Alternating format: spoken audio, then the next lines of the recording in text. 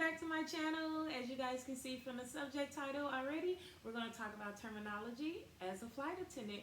So lingo, terminology, jargon, and so on and so forth.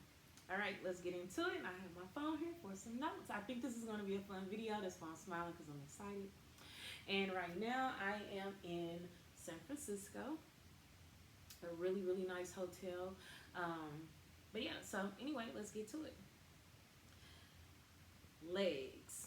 So when a flight attendant say, oh, I have 2 or 3 legs today, that means flight. So that means you have 2 or 3 flights for today. Crash pad. You guys already know what a crash pad is. That's somewhere flight attendants stay or pilots stay in between their trips when they are a commuter. Commuter. You already know what a commuter is. A commuter is somebody that does not live in their base and they travel back and forth between their hometown and their base. So they are a commuter. Deadhead. Deadhead is when you are a traveling flight attendant. So you have a seat like a paying passenger, and the company have you on a confirmed ticket to get you from one destination to the next destination. UM is an unaccompanied minor. So that's a child that's 12 years or younger, and they're traveling by themselves, and the lead flight attendant is responsible for their child.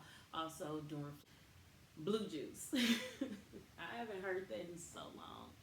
Blue juice is the nasty water in the restroom, the lab, the laboratory. And speaking of lab is short for lavatory, which is the restroom on the aircraft. Dinosaur. Dinosaur is referred to sometimes as a older flight attendant.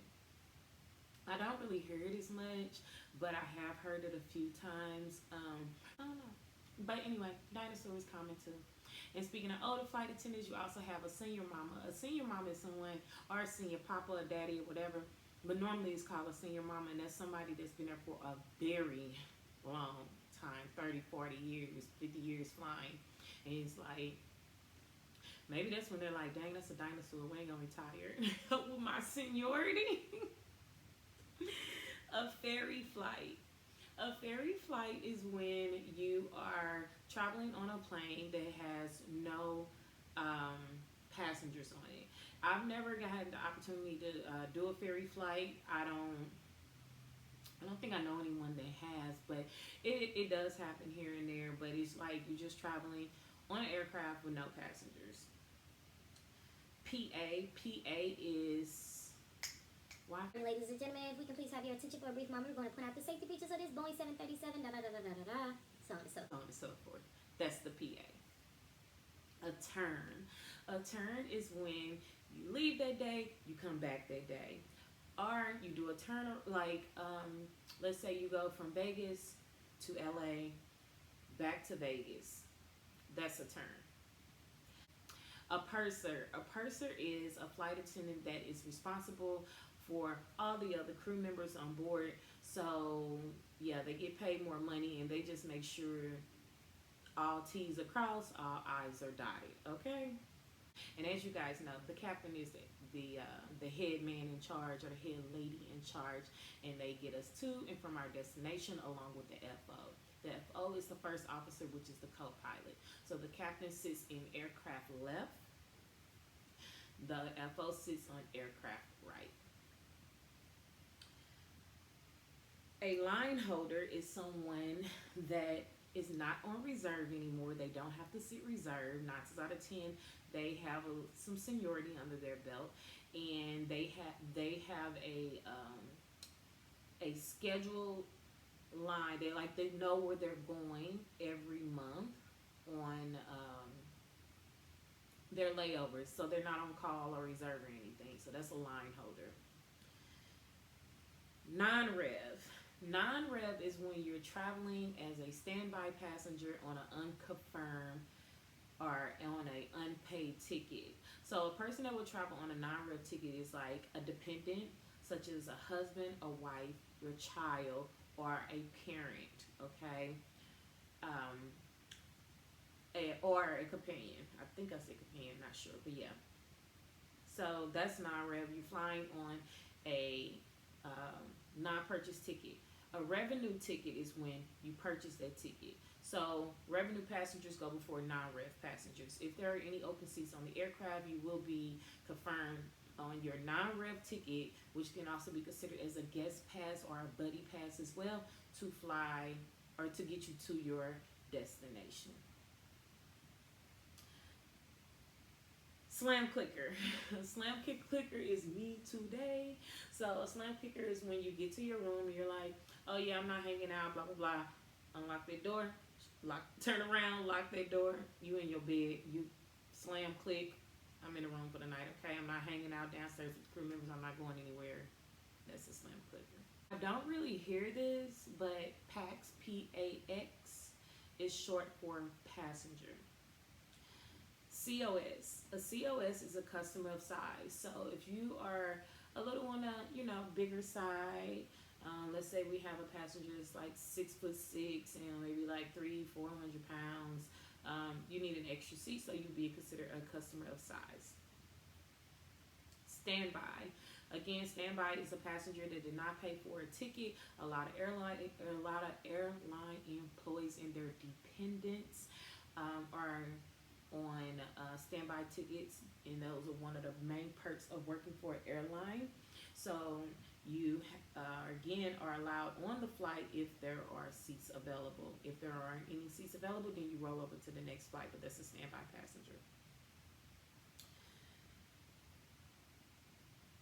Red eye. A red eye is what I used to catch all the time from San Francisco, which is funny because that's where I'm at now, or Oakland. San Francisco, Oakland, almost the same. But I would catch a red eye from San Francisco, sometimes Oakland, to Dallas, and I would do it overnight. So I would leave at 12 or 1 a.m. in the morning, and then I get to Dallas at 5 or 6 in the morning.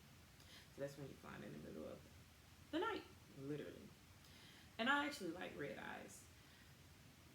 Ground time. Ground time is when you're just sitting on the ground.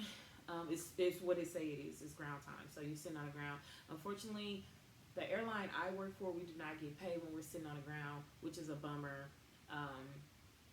But yeah, so ground time, let's say we go from San Francisco to LA, and we get to LA, we have to sit on the ground for 30 minutes. We're not getting paid those 30 minutes. So we're boarding the plane, get off, we board the plane, go on to our next destination. Again, we only get paid when we're in the air. Charter flights. Charter flights are private flights. So, or not private, I take that back, I'm sorry. Charter flights are like a large group. So it can be a team, it can be like a baseball team, a football team, it can be the military. They have chartered that aircraft, and so you only fly those group of people on a plane. Is not for the public at all. And I've flown a couple of those, and they're really fun. And a lot of times with charters, they're to destinations that we do not fly on or to the public regularly. Crew scheduling. Crew scheduling is the department that contacts us and let us know where our next trip will be, or if you have any questions or concerns about your trip, you contact crew scheduling. So they are the logistics for the flight attendants and pilots as well. Crew scheduling. KCM, one of my favorite benefits as a flight attendant. So KCM is non-crew member, and that's who is with TSA, and we don't go through regular security, so we'll go through KCM, but you have to have your credentials, the proper credentials that are given to you at the beginning of you becoming a flight attendant. As long as you have your proper credentials, you are able to proceed through KCM, and it just helps with the long security checkpoint line that we normally would have to go through, that regular passengers have to go through. Also, we carry so many bags, so it helps us with our time management, and we don't have to go through regular checkpoint screening unless you are picked as a random, and it happens. You can definitely be picked as random, and so it's a whole nother story. You got to go through pre-check. Galley is our kitchen. That's where we make your drinks and on other airlines food in. So it's the kitchen where we prepare the drinks and the snacks for the passengers.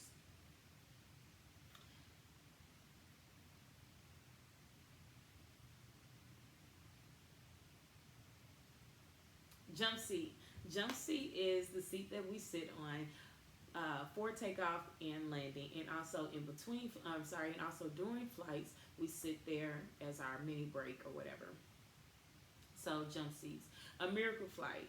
I just started hearing this recently, but a miracle flight is like when you get when you're boarding or whatever, and you have like, let's say 10 people that need a wheelchair, and then when you get to your when they get to their destination, it's like everybody can walk. It's a miracle.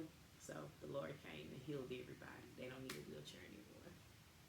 Well, guys, that's the end of the video. It was really quick and short. I'm trying to be consistent. I told you that I would. I'm so excited about what I have in store for this channel.